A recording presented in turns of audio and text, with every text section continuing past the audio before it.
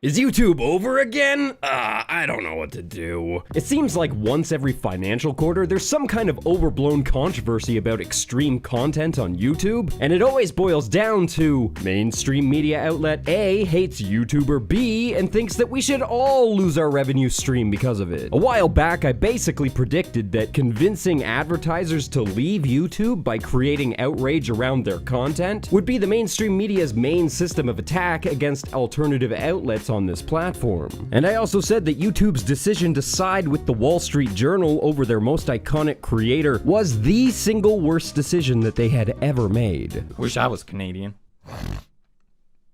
It's fucking bullshit. Since then, it seems that YouTube has refined their position on offensive content a little bit. Stay tuned for that. We're not really for the better. By now, everyone knows that print media, mainstream news, is a dying medium. You don't need me to tell you that. The Wall Street Journal's viewership is at an all-time low. In fact, declining readership is a common theme. The public is not only craving easier and more accessible forms of news and entertainment, like podcasts they can listen to while they're cooking dinner, but they also want to listen to people that they can trust. Independent voices, like those here on YouTube. Outside of the biggest names like CNN and NBC, everyone is suffering. Smaller outlets have laid off most of their employees by now, and they can't even afford to do basic research anymore, relegating them to clickbait provocateurs run by skeleton crews. YouTube is by far the biggest thorn in their side, and until they can eliminate independent voices like myself, outlets like Vox will continue to struggle to remain relevant. Now, I didn't end up saying anything about Adpocalypse 2.0, but there was a lot of sketchy stuff around it. YouTuber Matt What It Is found a portal on YouTube whereby clicking on suggested videos next to innocent content of children will quickly lead a viewer to a collection of similar videos of children that had their comment sections completely hijacked.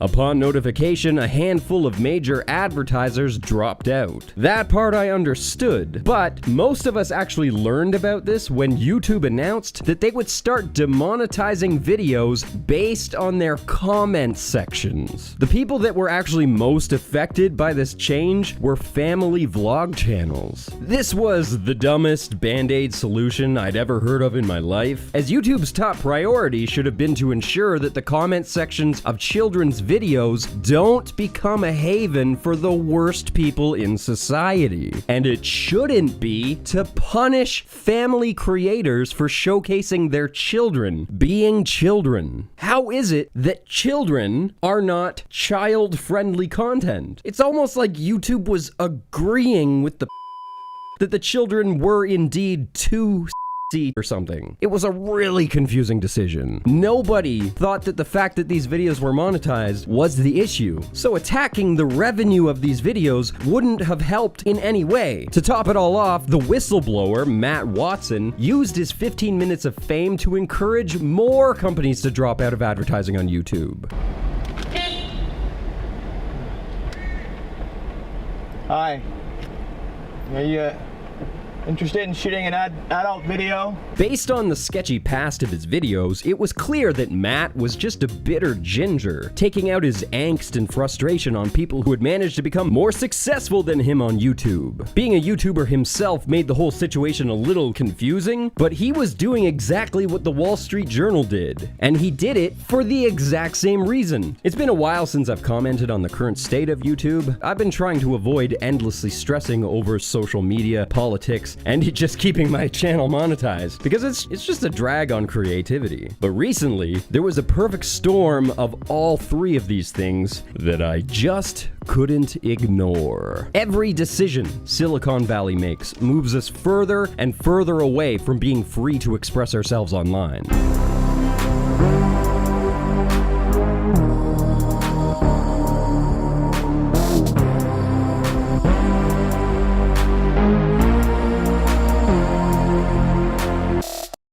Google strives to have their own version of every service available under the sun. Many of their programs have become integral to the daily function of modern life, like Google Maps, or even just their search engine itself. But outside of their essential services, any app, social media feature, or utility that you use to enjoy the internet, chances are they've made their own version and struggled to make it popular. Google's purchase of YouTube was either the smartest or the dumbest thing that they've ever done. As I've pointed out in the past, YouTube doesn't make Google any money at all. But YouTube has remained the only viable video sharing site for the last 10 years. Oh, they have competition. They have a ton of competition. Bigger YouTubers and even groups of mid-sized creators have tried time after time to trigger a mass exodus to the next big platform. Hell, even I had some faith in the vid.me and uploaded my entire catalog there. But either these companies end up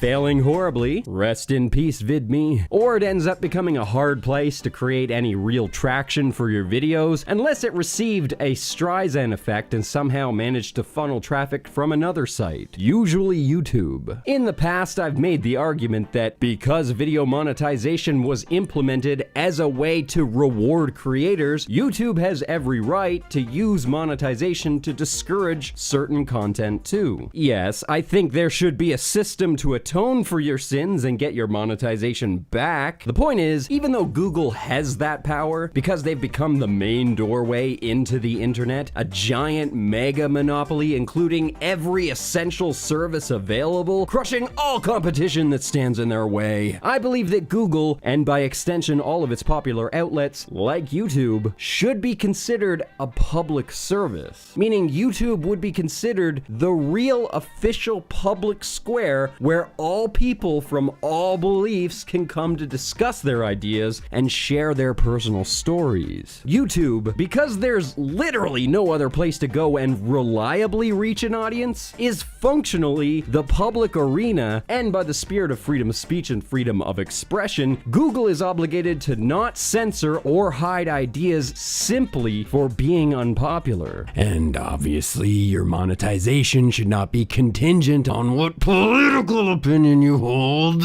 Obviously, they're not obligated to harbor content that encourages violence, like terrorist videos. And I'm sure that a lot of you out there I couldn't convince that content like that of Steven Crowder's deserves a platform, but unfortunately, it does, and we need to fight to keep YouTube free for everyone. At the beginning of June, Vox contributor Carlos Maza publicly put pressure on YouTube to punish Steven Crowder for continuously harassing him. Carlos claims that every time Crowder made a response to him, Crowder's audience would berate Maza, which has humiliated him and caused him undue stress. Before I say anything in defense of Steven Crowder, I want to front load this with my personal opinion of the man and his show, because even though I am on his side in this situation, the Louder with Crowder show is a useless, biased, dangerous show designed to pander to the lowest common denominator in order to misinform and milk funds off of gullible right-wing voters and gun enthusiasts. I give his show 8 boomers out of 10. Crowder is also not a true independent like the rest of us. He's always depended on a staff of writers, actors, producers, and various friends to bolster his credibility. Like,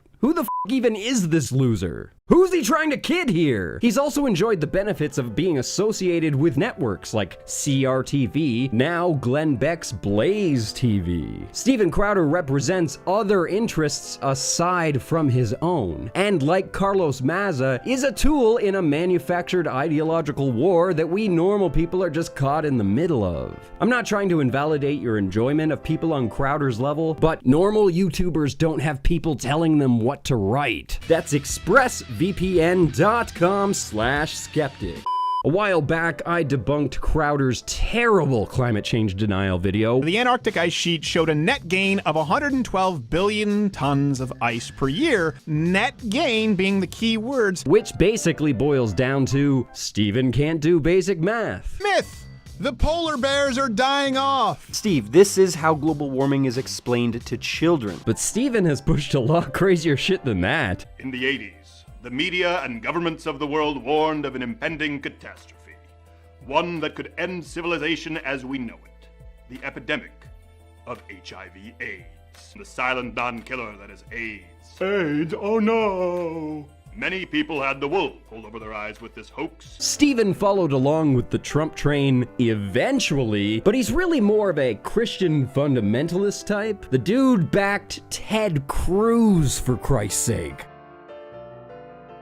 Ted Cruz. Like Ben Shapiro, Crowder markets himself as a fresh, edgy, bold new voice that is willing to tell it like it is. Reels before feels, as it were. But he too is just another rebranded neocon with a cheap paint job. There are a lot of Crowders out there, but they aren't all conservatives. People like this are just talking heads for the old establishment. Dirty neocons or neo-libs who are only interested in boosting big oil and big bank, running cover for the military-industrial complex, and steering attention away from the United States' hidden hands in Saudi Arabia and Israel, all while rehashing the same tired old arguments that we used to make back in 2014, stealing the clout that we created to sell you yesterday's ideologies. Just a catch trap to stop kids who are taking the red pill for the first time from sliding too far to the right and realizing that the entire neoconservative establishment is a massively corrupt blob that was usurped by special interests years ago. And now that these guys are positioned as the popular front in the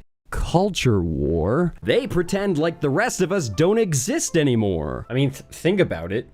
Why all these intellectuals waste their time debating about social politics? That's just for us kids.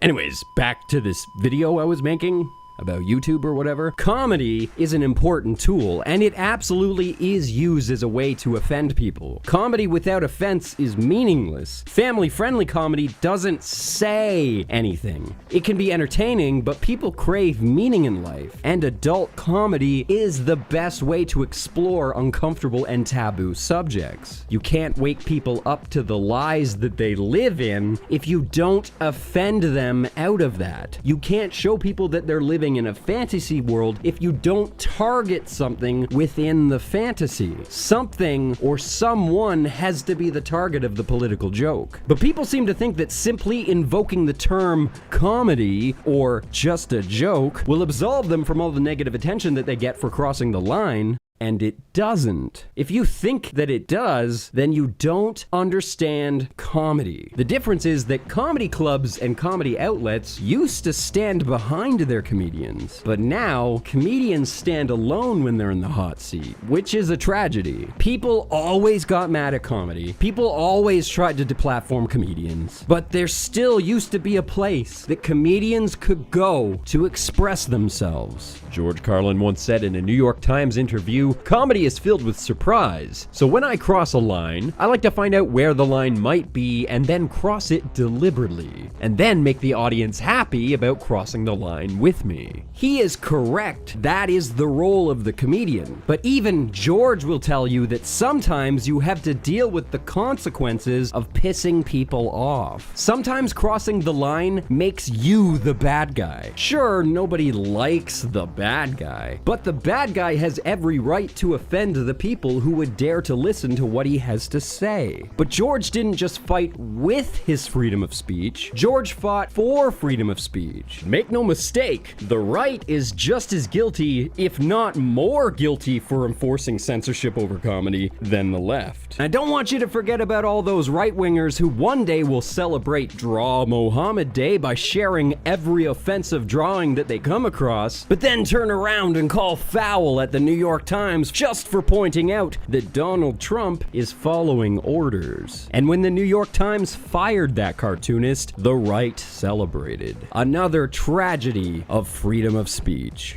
To be a comedian, you have to be willing to be the bad guy. And you have to be willing to become a public figure who is open to criticism from everyone. You have to be willing to be hated by more people than people that love you. You have to own your infamy. George Carlin was the man. He was arrested at least twice in the name of comedy. The first time, he shared a cruiser with comedy legend Lenny Bruce, and the second time, he was arrested in Milwaukee for his 7 words you shouldn't say routine. How many times has Crowder been to jail? As for his t-shirt, you couldn't really argue that this shirt isn't offensive. In fact, I would argue that the point of this shirt is to be offensive. That's what makes it funny. We have a limp-wristed socialist and a naughty word censored to look like a type of fruit. The joke is obvious here. But if you need help, before it went on sale, the original design for the shirt had an asterisk, not a fig. So again, you can't argue that the joke isn't obvious here. Steven has every right to make this shirt and to sell this shirt, and his fans have every right to buy this shirt and to wear this shirt.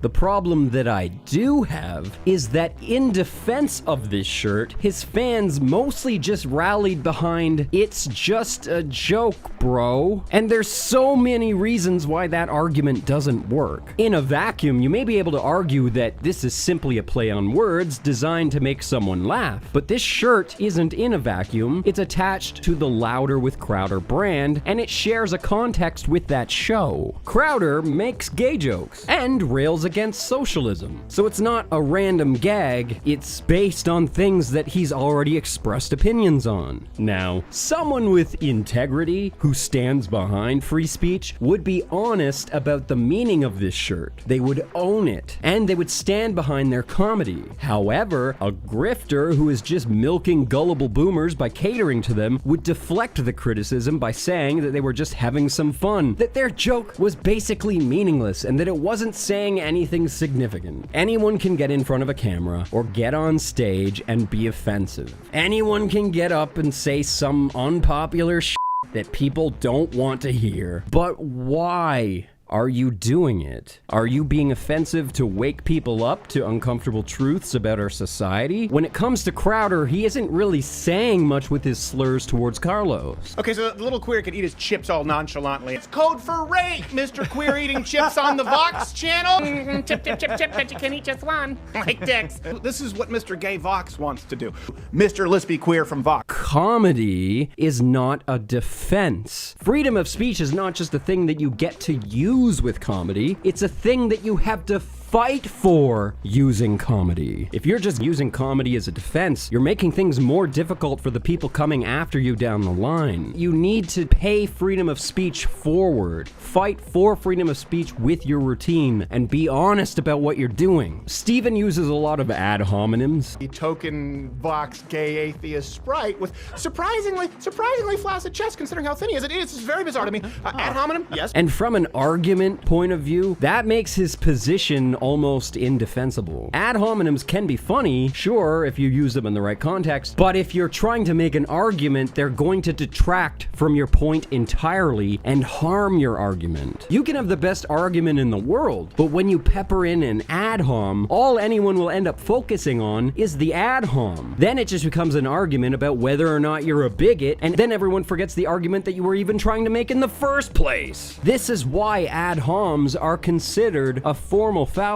You open up your debate to be hijacked when you focus on the personal aspects of your opponent. But Crowder knows all this because even Crowder has used the "let's focus on the ad hom and not the argument" tactic before during his Change My Mind series. If you don't pay taxes, you're going to have other forms of violence that arise spontaneously. This sort of autistic libertarian idea of, oh, you can have a non-aggression. Stop it. He's been watching Matt Damon videos. Continue. This idea of a non-aggression principle is just fantasy, okay? You have to have Describe to me, you just said autistic, and Yes. this was very civil until you brought that up. Define autistic. So you just said that autism, that's what you believe is the definition of autism? No, do you believe that's the definition of autism? No. So you're using it in an insulting way. A little bit of, yeah, well, we don't call that friendly banter generally. We call that being a dick. I wouldn't call you retarded, I wouldn't say that you had a fight with the Clippers and the Clippers won. I wouldn't do this. Crowder had every right to point out that this kid should not have used that during a debate. However, Steven focused on the ad hom for over a minute and a half, completely derailing the point that the student was trying to make. Yes, sometimes a joke is just a joke. Sometimes a joke doesn't really mean anything. Hell, even I've used that defense when people take my shit shitpost seriously. I love offensive humor. The best comedy is offensive comedy. I even employ a hefty amount of racist, sexist, homophobic humor in my videos, especially on my movie review channel. But 99% of the time, the punchline of the joke is that I am a terrible person. And I almost always emphasize that by having June or one of my animated characters react negatively to what I've said, making it clear that what I said was a bad thing that people shouldn't say. I make myself the butt of the joke. I make myself the bad guy. Yes, people cry about it all the time. They try to out me as a bigot. Brands have refused to work with me. The popular YouTubers won't eat lunch with me. And I'm pretty sure that there's a lot more people that hate me than there are people that love me. My channels are throttled and my videos are regularly demonetized, but that's the price you pay to be the bad guy. That's the role you play when you fight for the right to be offensive. And not everyone has the balls to do it. Not everyone can handle negative attention. You don't know what I'm calling you on your conversations I've bullshit, man. had? I'm calling you on your bullshit. Then Wait, do it when people can conversations see. that I've had? You're saying You I've do never it had a with a safety conversation net with other people who prepared. agree with you. And you bully people. Steven And Crowder, you we're bully not, I'm people. not And you're bullying intellectually people. not We're gonna bully having someone. fun. Why is this bullying? It's Why is only this because there are bullying? two people who hold one opinion, ask me on something that I don't care about, follow up 3-4 questions to go into an area where you two are very specifically passionate, and I said I don't want to talk about it. You don't want to talk about it because you're wrong. Now, as for Carlos Mazza, Carlos Mazza, that f***ing asshole.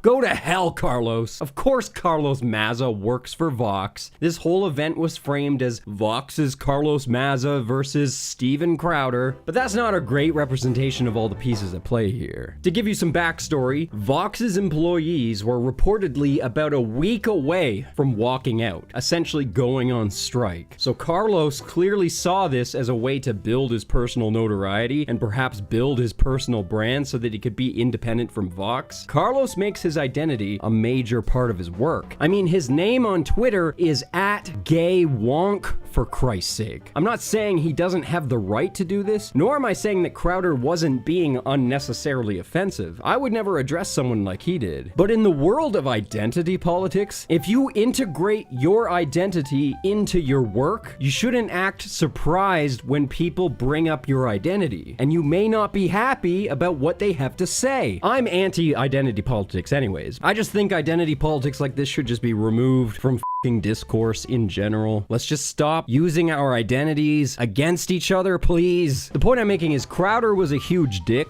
but it wasn't like it came completely out of nowhere. The narrative that Crowder just brought it up for targeted harassment is complete bullshit. One of the angles that Carlos went with was to point out that YouTube claims to care about their LGBT creators, yet profits off of what he calls hate speech. It was great timing and all, being Pride Month. It was great timing, being Pride Month and all. It was great timing, being Pride Month and all. This is, again, not a new thing. We have known for a long time that YouTube is pretty hypocritical when it comes to LGBT content. Most of what they do is just lip service anyways. Even I made a video about how they consistently demonetize LGBT content, yet are willing to take money from Christian groups who run anti-gay ads on their platform. YouTube actively discourages creators from talking about gay issues and speaking out against religious extremism towards the LGBT. Even my video on the subject got demonetized. Though Carlos was actively trying to cut the legs out from under independent creators by starting a chain of events that would see hundreds of YouTubers' entire channels get demonetized and begin a new era of stricter terms of service enforcement, he framed his campaign as fighting for LGBT creators, going as far as to ask them to join him in his fight to destabilize the viability of our shared platform. Carlos doesn't care about YouTube,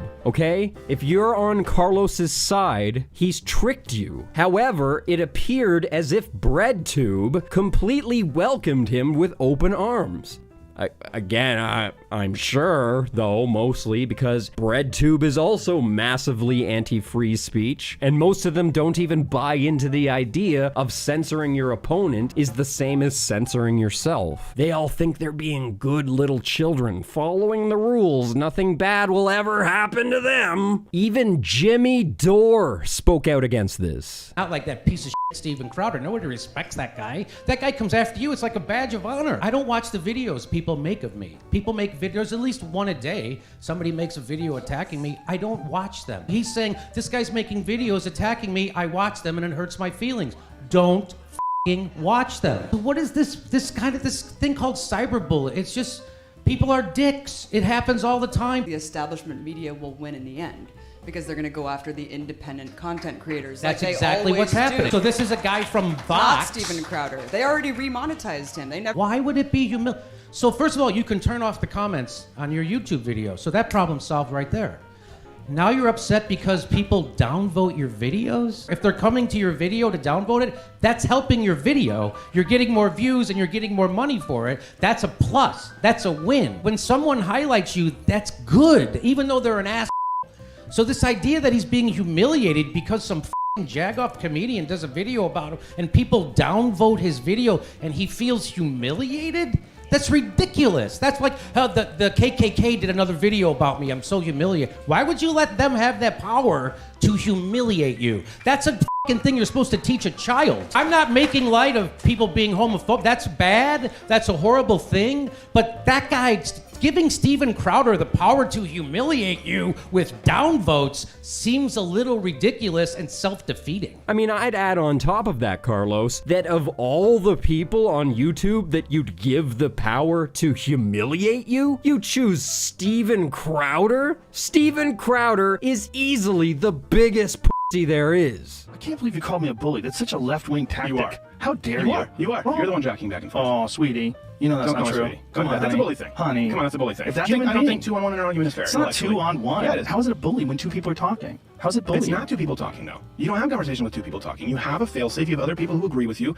You have an audience who agrees with you. I'm on your program. I'm talking to my audience, man. Just two people talking. Vox, like almost every other mainstream outlet, has been hit hard by the changing interests of information consumption, and because they're failing to adapt to the new environment and reach people on social media, and the fact that there's people who have spent tens of thousands of dollars on journalism degrees, and they're getting outperformed and out-earned by random independent voices in the public sphere here on YouTube. Carlos, like those who participated in the campaign to dethrone PewDiePie, expressed his frustration by trying to undercut the earnings and the platform of everyone who also enjoys the same status. By overreacting to outside pressure and continuously giving into demands by the mainstream media, the message that YouTube is sending out into the ether is, hey, if you freak out about the alternative voices that are expressing their freedom of speech on our platform, we will definitely give in to your demands. If you want to destroy the financial stability of all of our creators and undercut our bottom line, we will let you do it! Crowder makes an obvious target to demonstrate YouTube bigotry, but he, like everyone else, deserves a platform to express his personal opinions. And being a bigot isn't illegal. Being offensive isn't illegal. And I don't believe, as awful as he is, that Crowder deserves to be punished for these things. Carlos wanted YouTube to completely demonetize Crowder, going as far as to demand that they undercut all of his revenue streams, which doesn't even make sense. That's not even within their power. Even though he stated in his original thread that he doesn't hate Crowder and recognizes that there will always be bigots, he lays the blame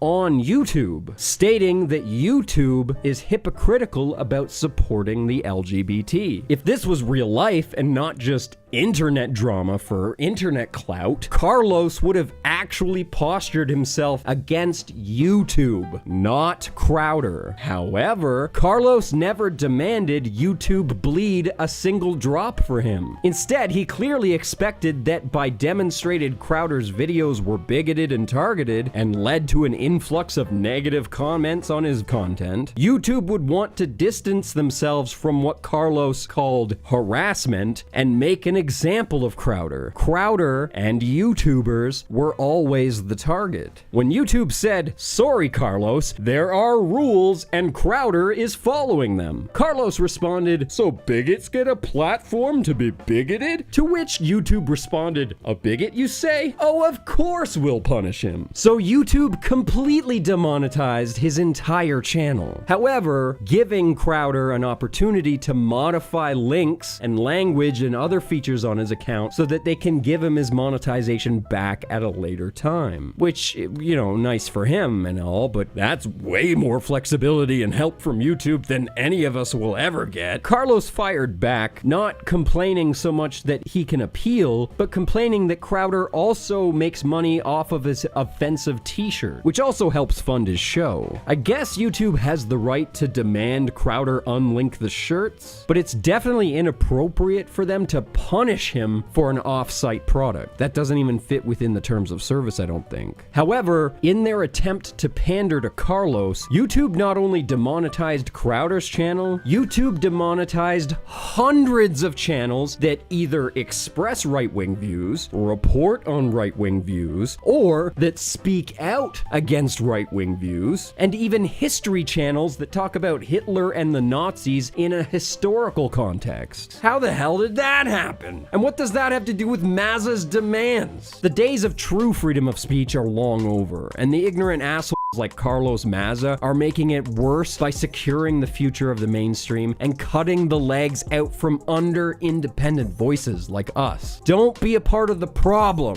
Help fix it.